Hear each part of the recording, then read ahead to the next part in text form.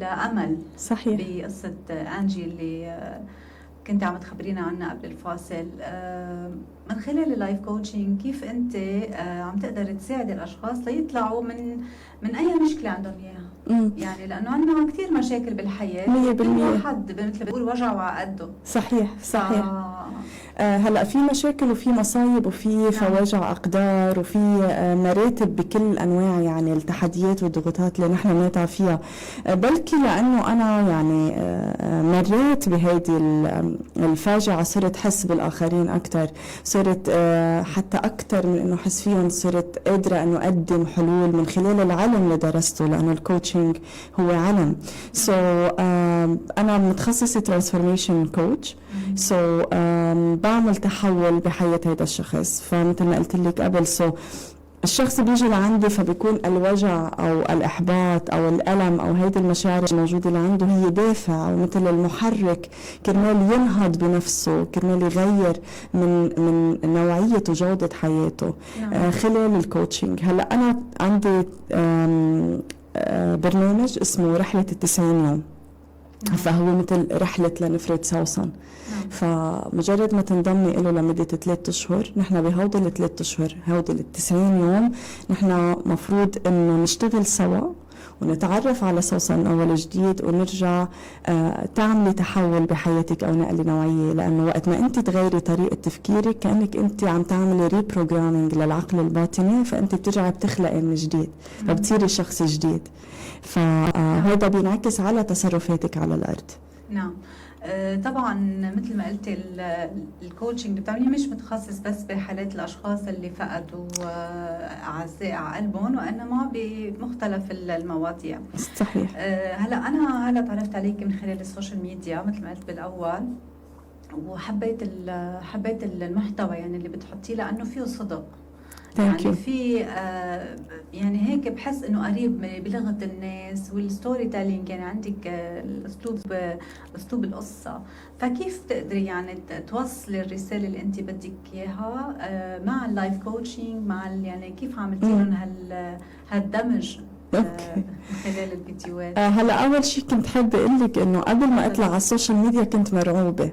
يعني كل شخص هلا عم يسمعني بحب اقول له انه شعورك كتير طبيعي، وطبيعي تهتز ثقتك بنفسك، وطبيعي تخاف، وطبيعي حتى تحسب حساب المقارنه، حكم الاخرين الى ما هنالك، بس بترجع بتشتغل على حالك وبتنطلق. يعني انا مريت فيه من هذا المشاعر. وقت ما اكتب محتوى مثل الحياة، يعني أي شخص ناجح بهذه الحياة بيقول لك جملة بلكي بنفكرها كليشيه، بس هي هذا الواقع. بدك تشتغلي من قلبك. صح. يعني أنا صدق، يعني أنا ما في، أنا مني ممثلة، يعني بدي أحكي تمثلي شفتي لأنه بحب كتير، لأنه كتير بحب الأفلام والسينما، حتى كتبت فيلم يعني بس بعد ما جهز يعني. فالفكرة إنه انت سوسن بدك تكوني على طبيعتك، على شخصيتك لناس تصدقك، لانه اذا ما كنتي هيك الناس ما بتصدق. يعني you can't fake it all the time، يعني بدها تظهر شخصيتك sooner or later. فمن الافضل اضبط تكوني بشخصيتك الحقيقيه. مثل ما انت قلتي انا بحب سرد القصص، يعني انا كتير بحب كيف اسرد قصص، ومرات بختار موضوع معين بحكي فيه كلايف كوتش، بس بكون عم شارك قصه معينه ليكون حتى المحتوى مشوق. أنا شخص اوريدي طبعي ملول، يعني حتى كلايف كوتش طريقة الكوتشنج لإلي تفاعلية. يعني مش قصة بس فضفضة وبستمع، بلعب ألعاب، بنمشي، بنتحرك حتى لو كان أونلاين، بنعمل رياضة. أي شير سكرينات، بشارك الشاشة بكون محضرة لكل كلاينت عندي، محضرت له كونتنت معين، لأنه هيدي الرحلة هي مفصلة ومخيطة على العميل او العميله. فمشان هيك الكونتنت دائما تفاعلي عندي. انا قلت لك شخص عملي الحقيقة يعني أول ما حبيت أتعرف عليك ما تخيلت، كنت عارفة إنه في قصة خصوصي ورا هالعمق بعيونك، كنت حاسة إنه في قصة، يعني ما بعرف بتحسي، بس مثل ما قلتي بالصدق ما كنت عارفة شو هي هالقصة. وكنت عم بقول إنه كيف عم بتجرب توصل رسالة بس بقصص مختلفة. بيتصور بكل محنة أنجي، حتى مع انه السوشيال ميديا هلا صارت خلص يعني واقع ما فينا، بس شو ما كانت مهنته للانسان بيقدر يطلع هالالم وهالتجارب اللي مرق فيها بحياته، بيقدر هو يعني انت بتساعديهم كيف يحولوها لواقع عملي يقدروا يستفيدوا منه بحياتهم. مزبوط. نحن كلايف كوتشز بنستخدم مصطلح بنقول you have to embrace your pain، انه انت بدك تحضني ألمك. اول شيء بترفضيه، بتدفشيه، ما بدك تعترفي بوجوده، بتكرهيه لأنه غير لك حياتك، في شيء تغير فيكي بكل عاداتك، بكل شخصيتك، بكل طريقة تعبيرك. بس وقت ما تشربي فنجان قهوة معه، تتصالحي معه مع الألم اللي هو شغلة كتير صعبة، بدها كتير شجاعة. كيف يعني بشرب فنجان قهوة مع الألم؟ يعني أنت بدك توصلي لمحل تتقبلي انه هيدا الالم هو جزء من حياتك. في ناس كثير عم تسمعني ربما يكونوا اباء وامهات عندهم مشاكل حتى مع اولادهم، عندهم هموم.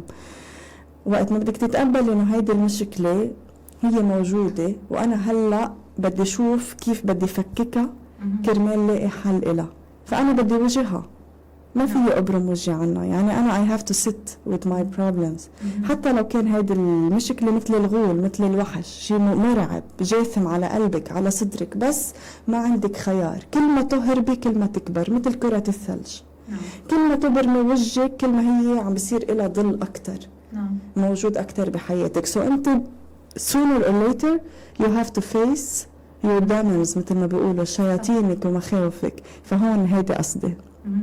وكمان شهدنا كتير أشخاص، ويمكن شيء بيفرح أنه أباء وأمهات من بعد ما خسروا أولادهم خلقوا جمعيات، خلقوا اشياء باسمها، يمكن عملوا مثلك هالة بس بطريقه مختلفه. وهيدا الشيء، هيدا يمكن الوعي اللي عم نحكي عنه. مزبوط 100%. اوكي طيب، هلا بدي استفيد من وجودك كلايف كوتش انا قد ما بقدر، لانه الكل بيعرف قديش انا بحب هيدا المجال، وبعرف انه نحن اليوم عم نحكي عن قصه اللي غيرت حياتك. فانا حابه اعرف عن جد انه هل القصة فطين أنجي اللي غيرت حياتك لوين وصلتك أنت كإنسان راضي عن نفسه؟ يمكن قديش فيك تخبرين أنت كيف هلأ بتوصفي حالك كأم، كلايف كوتش، يمكن كزوجة، كإنسان؟ اوكي، كتير حلو السؤال سوسن، ثانك يو. انا قلت لك وقت ما فقدت انجي، الفقد بيخسرك وبنفس الوقت بخليك تربحي. فانا ربحت حالي وقت ما صار عندي صحوة وعي، صار الوقت له قيمة. يعني هلا انا اذا بدي اسالك سوسن، شو اغلى هدية ممكن تعطيها لشخص اغلى من الوقت؟ الحب، بس انه بتعبري عنه يعني من خلال وقتك معه، صح؟ بيكون في ما في اكثر، ما في اهم من هيك. بالضبط. صرت اعرف انه انا كيف بدي اضيف حياه لسنيني، مش سنين لحياتي. صرت بدي اعرف كيف انا هيدا الوقت بدي استغله بنهاري، كيف انا بدي اتواصل اكثر مع ربنا. انا كشخص روحاني بحكي هيدي قناعاتي بالحياه، انا كشخص روحاني بحب اتواصل كثير مع رب العالمين، كون اوريدي شخص مفيد ومنتج ولطيف ومتعاطف وصالح.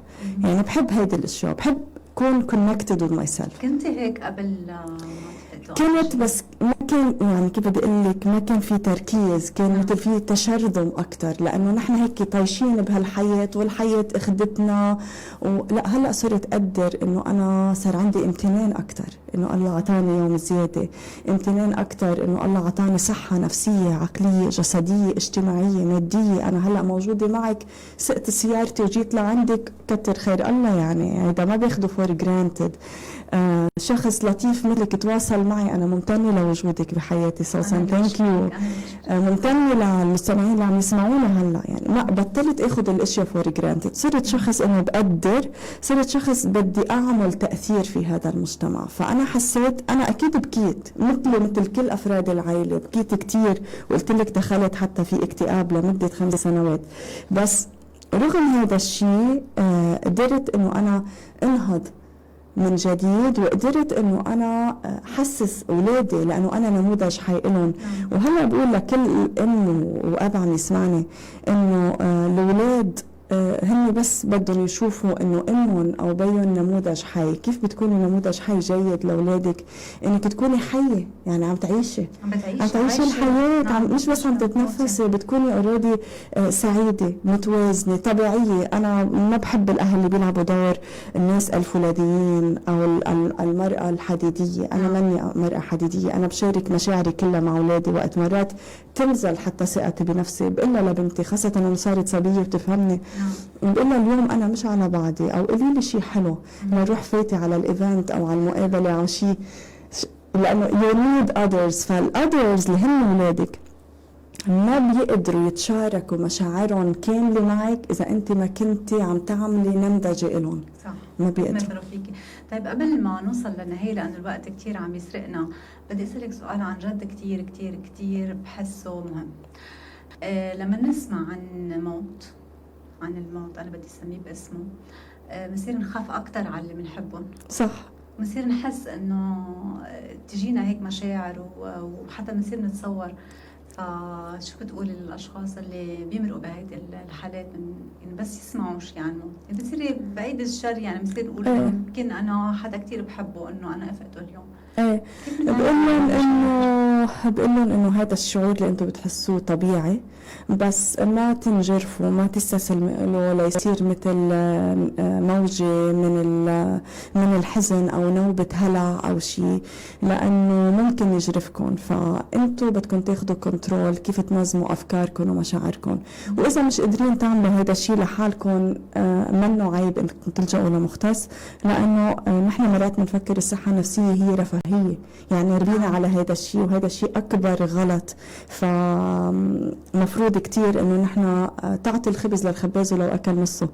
نفس الشيء انت بتروحي لعند شخص بتقولي له انا هيدا اسبوعي او انا صار لي شهر ما قادره انظم افكاري، ما قادره اعبر على مشاعري، عم بختلف مع كل حدا حوالي، عم بيصير سوء تفاهم، ممكن اخسر شغلي وممكن كذا، فانا كيف بدي اتوازن؟ فهو بيقدر، لانه الكوتشنج هو علم بيقدر يعطيك تقنيات، بيقدر يعطيك استراتيجيات كيف انت يعني تطلعي بحلول لمشكلتك.